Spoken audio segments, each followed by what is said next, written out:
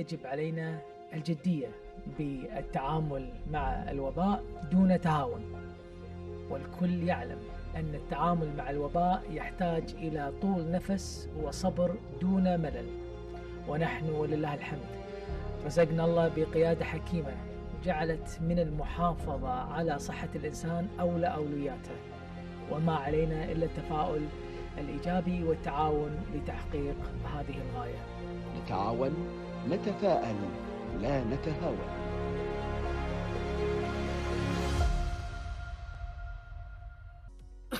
إصابة شخص بفيروس كورونا ثم انقل إلى عدد كبير من الأشخاص، وبفضل من الله جميعهم تعافوا. هل هذا يقلل من خطورة الفيروس والتهاون بالاشتراطات الصحية؟ لا. ليش؟ خطورة الفيروس تفرق من شخص إلى آخر. كبار السن وأصحاب الأمراض المزمنة والكثير من الحالات يتم شفائهم بعد عناء. يومياً هنالك حالات وفاة نفقد فيها أحبتنا بسبب عدم التزام البعض من خلال تجمع الأعراس والدواوين وغيرها من المناسبات اللي بسببها يتفشى الفيروس بالمجتمع بشكل كبير. تعاون وعدم التهاون لوقف انتشار الفيروس علشان ما نفقد أحبتنا.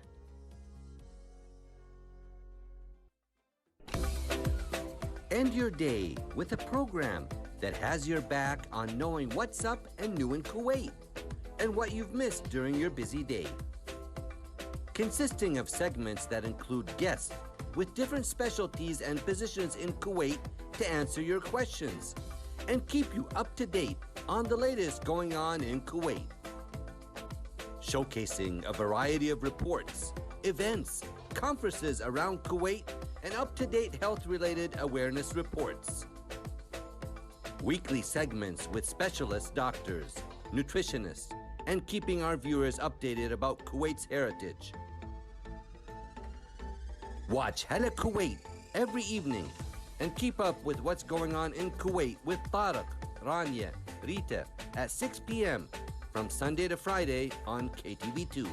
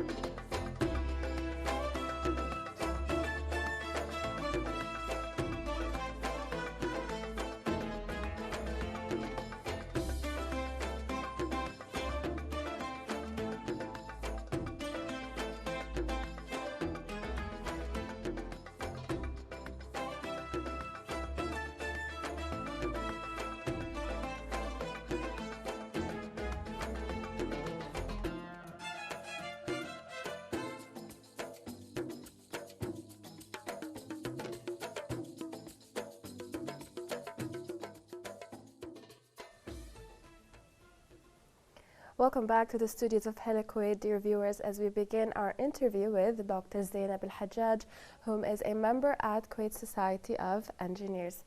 Dr. Zainab, it's a pleasure to have you with us. Thank you, same here. Thanks for inviting me, and I'm very happy to be here. And we love having you to talk about Kuwait Society of Engineers. It's wonderful to have this organization and this group of people come together from the same field, showing each other support. So tell us about that. So first of all, Kuwait Society of Engineers not only recognize engineering degree and reward a membership for an engineers, it also provide courses and training to engineers. A lot of graduated engineers suffer that they cannot get a job because they don't have a practical experience. So Kuwait Society of Engineers has so much courses available for student or newly graduated or like even senior engineers to have them and have the skills needed for the workplace. Wonderful. So they are able to get that practical experience that they need. Of course, and also some experience. Some people didn't get the chance to have them because up to date, like designing and using different kind of software. So they're able to actually get them from Kuwait Society of Engineers. Wonderful. That sounds great. And you've mentioned that these courses have obviously been going on for a while, but the pandemic has hit and everything has turned online. So what was the role of Kuwait Society of Engineers then during the pandemic? Sure. Even during the pandemic, to mention about the courses, we're still even doing those courses online virtually. Kuwait Society of Engineers had been doing a great job since the pandemic. So it's actually established or put one of its building and prepared to be full equipped to be one of the medical shelter and to be actually, it was introduced to be under control of the Kuwaiti government if needed during the pandemic. Not only this, basically, Kuwait Society of Engineers opened their doors to be a dynamic production of medical equipment. So during the pandemic, we had so much volunteers, not only engineering, but also like teachers, students, professors, and other members who came together to actually produce those equipments. Believe it or not, from very simple equipment, we were even sticking the stickers and putting the sponge. We were been doing and producing thousands and thousands of those products to different sectors. That's great to hear, and obviously none of that would be possible if it weren't for the entire group coming together. Now, Doctor, you have a PhD in mechanical engineering, quite Yes. impressive, and I'm sure Kuwait Society of Engineers has played a role in that. So how does the society support women in the field? Sure. So there is a committee, it's a Women Engineers Committee. It's a group of engineering women. This committee works under the umbrella of the Kuwait Society of Engineers and has different goals. And one of their goals is to support women's establish and rewarding their and recognize their significant work in the field, like if they have significant research, if they have an invention.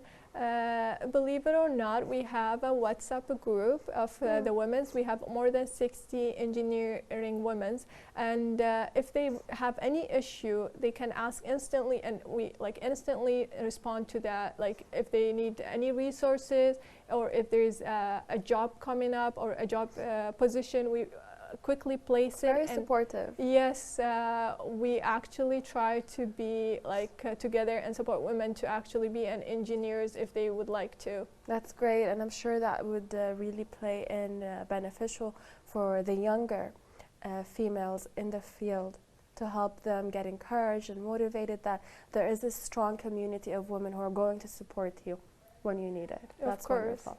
Now, in celebration of women even further, Women's Day is coming up, and along those lines, you've told us that there's an event that you're preparing for at the Kuwait Society of Engineers. We'd love to hear about it. Sure. So every year, we know March 8th, it's Women's International Day, and every year we put this date, or we set a date in order to recognize Kuwaitis women achievement during the year or during their path of career field. Not only we not only recognize engineers, but also we recognize leadership, inventors, and other sectors. So as I mentioned, every year we do this event, and we have a host, and we have a presenter and guests. But we didn't let the pandemic affect us. I honestly didn't thought it will work this year, but our leader, Dr. Zainab, would like to thank her for that and take this opportunity. She made it work. She were like, we can do it virtually, and we still can do it. So this year is going to take a place on March 8th. We're going to host this event through our Instagram page live. I would like to take this opportunity to invite the viewer to actually be there, because there will be a prize. Please follow us on Instagram at KSEKWT.